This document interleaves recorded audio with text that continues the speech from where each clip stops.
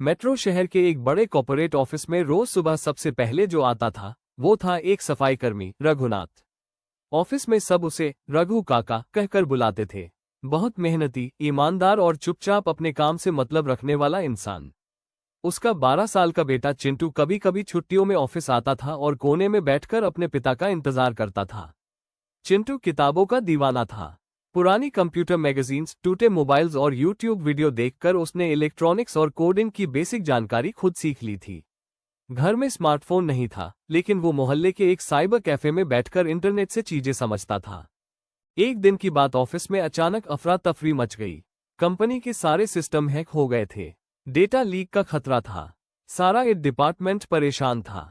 बाहर से एक्सपर्ट्स बुलाए गए, लेकिन समस्या इतनी जटिल थी कि कोई हल नहीं निकाल पा रहा था। सभी सर्वर लॉक हो चुके थे और किसी भी डेटा तक पहुंच नहीं हो पा रही थी। रघु काका उस समय फर्श पोंछ रहे थे और चिंटू बगल में बैठा था। चिंटू ने चुपचाप पूरा मामला सुना।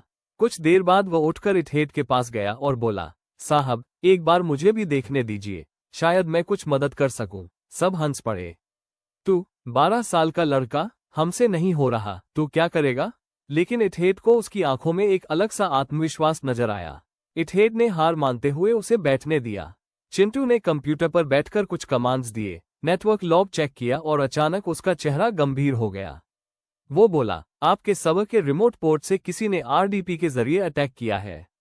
आपके पास जो बैकअप फाइल है उसमें शायद 256 की वेरिफिकेशन मिस्टेक है, इसी वजह से आपकी फायरवॉल उसे ब्लॉक कर रही है। सभी सन्न रह गए।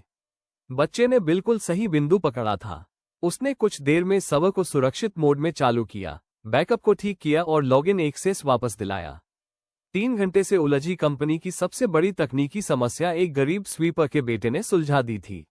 सीईओ खुद उसके पास आए और बोले, तुमने हमारी कंपनी को करोड़ों का नुकसान होने से बचाया है।